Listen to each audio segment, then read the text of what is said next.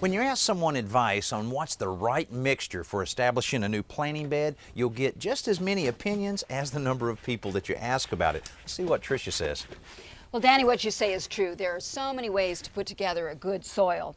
But I have a particular mix that I feel is pretty fail-safe, and that is to use 4 parts of potting soil and 1 part of compost, and then about a half part of bone meal and a 1/4 part of Epsom salts. Let me show you. Now, the Epsom salts that we use, you think that it's salt, but it's actually a magnesium sulfur. And why we put this in is it gives some mineral addition to the soil. It works out really, now, really well. What about the bone meal? What exactly does that contribute? Oh, bone meal is so important for establishing good roots.